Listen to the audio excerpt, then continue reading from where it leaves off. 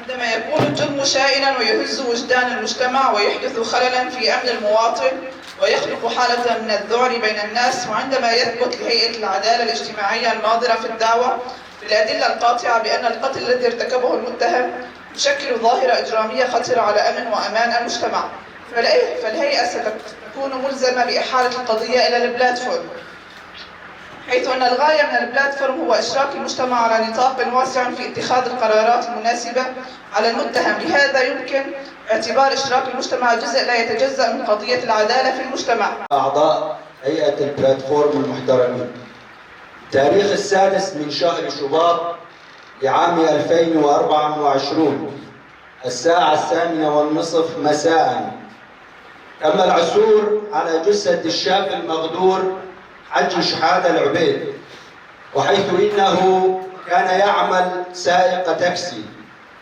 وسيارته من نوع سابع لون أبيض، حيث وجد المغدور مقتولا في حي المازرلية وسيارته واقفة والأضواء مشتعلة، ووجد داخل السيارة فراغيتين عائد لمسدس 9 ملم، وكان زجاج السيارة مكسورا، وكانت جثة المغدور خلف سيارته.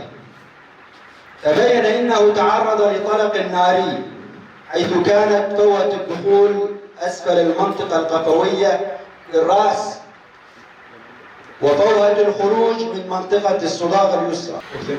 شاف عندي مصاري، قال لي عندي شروة سيارة، ينقصني شغلة $200. قلت له أنا $200 ما عندي، شايف إنه بيع عندنا عزل وقت وبي عندي عيلتي قاعد أطلقها بدي أعطيها مصاري. أنا بكان يقول لي خيو قال لي عندك موجود، أنا بكان أشيل قلت له أقدر أمشيك $100، أنا بكان أشيل $100 وأعطيها له. أولاً بخصوص الاستجواب مقترن بالأدلة والقرائن كاملة، حيث بناء على استجواب المتهم تم جلب الهواتف الضحايا من الأشخاص الذين قام بإعطائها لهم. فهاتف المغدور حجي تم جلبه من حلب، وهاتف المغدورة إسراء تم جلبه من محمد الشبي الملقب أبو الجود. فنحن لولا اعترافه لما استطعنا لجلب الهواتف من الأشخاص المسند إليه في القتل بواسطة سلاح حربي للمغدورين حج عبيد بن شحادة وياسين مصبوح اللاوي وإسراء زياد الطاهر، وإحراق جثتي المغدورين الأخيرين. واطلعت هيئة العدالة على إفادة المدعين الشخصيين وعلى ضبط مكافحة الجريمة المنظمة وتقرير مسرح الجريمة للجريمتين إلى المؤبد إذا كان لسببا سافلا أو تمهيدا لجنحة أو تسهيلا لتنفيذها أو تسهيلا لفرار المحرضين على تلك الجنحة أو الجناية. العقوبات واضحة لديكم، ولكم الحق في إعطاء مقترحات بخصوص العقوبة.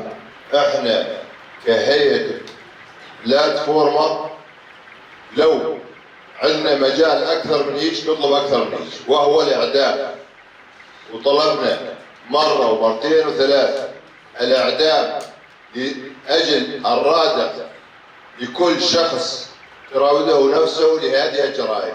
اقتراح العقوبة نقترح عليه عقوبة أكثر من التشديد، لأنه في تشديد العقوبة الجهاد انحكم وانتهى موضوعه، أما إحنا العقوبة اللي هي راح تصدر في حقه هي ردع لمن تسول له نفسه. أغلبية الحضور، الأغلبية تمام. يا محسوب على بني الإنسان، لقد جئت ما لم يأته الوحش والطير والحيوان، فبقلب قد من حديد فكرت وقدرت وسعيت وتدبرت وأعددت سلاحا وقتلت.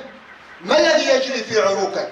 لو كان دما لما قتلت زوجانا وحرقت، لو كان دما لما خططت وقتلت عاملا يكد يومه لتأمين احتياجات والديه. جهاد علوش بن خالد بجناية القتل القصد مع سبق الإصرار والترصد، ومقترنا بجناية السرقة سندا للمادة 213. الحكم عليه من حيث النتيجة بالسجن المؤبد المشدد، وإلزام الجاني جهاد علوش بالتعويض المادي والمعنوي لذوي المغدورين وفق وثيقة حصر إرث مبلغ 450 مليون لكل ذوي مغدور. قرارا قابلا للتمييز صدر بتاريخ 8/6/2024.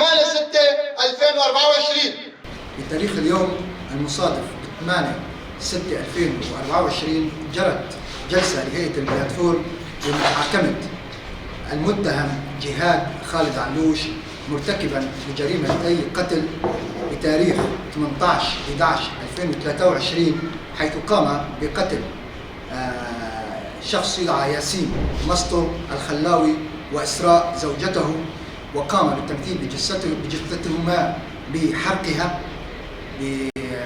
برش مادة البنزين وحرق الجثتين بالمنزل، وقام بارتكاب جناية القتل الثانية وهي قتل المغدور حجي العبيد بن شحادة بعد أن أخذه إلى مكان لا يوجد فيه أحد وقام بإطلاق النار عليه وأرداه قتيلا.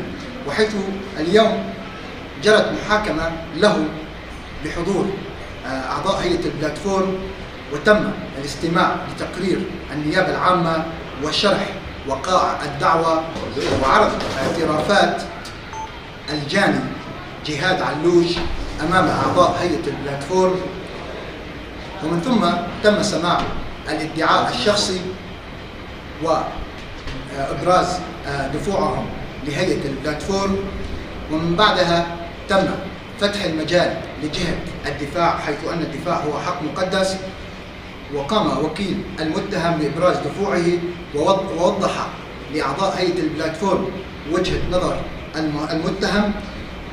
بالإضافة إلى ذلك قامت هيئة البلاتفورم بإعطاء المجال للمتهم وتوجيه كلمة لأعضاء هيئة البلاتفورم، ومن بعدها تم فتح المجال لأعضاء هيئة البلاتفورم لتوجيه الأسئلة للمتهم وللنيابة العامة وأطراف الدعوة حتى المدعي الشخصي. ومن بعدها تم جمع مقترحات من أعضاء هيئة البلاتفورم بخصوص العقوبة وبيان أعضاء الهيئة الجرم المرتكب والنصوص القانونية المطبقة بخصوص فعل المتهم جهاد العلوش. وتم إعطاء مقترحات بعقوبة المؤبد المشدد من أغلبية الأعضاء، وتم التصويت على المؤبد المشدد وكانت بأغلبية ساحقة بعقوبة المؤبد المشدد. بالإضافة إلى ذلك تم طرح التعويض المادي والمعنوي لذوي المغدورين على التصويت، وتم التصويت على مبلغ مالي معين، وتم من بعدها إصدار الحكم وتجريم الجاني جهاد العلوش بن خالد بجناية القتل العمد ومقترنا ومرتبطا بجناية السرقة، والحكم عليه بالسجن المؤبد المشدد بتاريخ هذا اليوم 8 من شهر حزيران لعام 2024. إن حكم المحكمة اليوم بالإضافة لعقد جلسة البلاتفورم هو لبيان للناس وللمجتمع بشكل عام أن لابد من وضع رادع قوي لهؤلاء المجرمين ولكل من تسول نفسه بارتكاب هكذا جرائم. فكان الحكم بالحد الأعلى بالقانون المطبق في شمال شرق سوريا للحد من هذه الجرائم المرتكبة، وهي منتشرة للأمانة. في الفترة الأخيرة كانت كثيرة جرائم القتل، لذلك هيئة المحكمة بشكل عام سوف تعقد جلسات بلاتفورم لبيان للشعب وللناس ولمشاركة شريحة واسعة من المجتمع في إصدار الأحكام.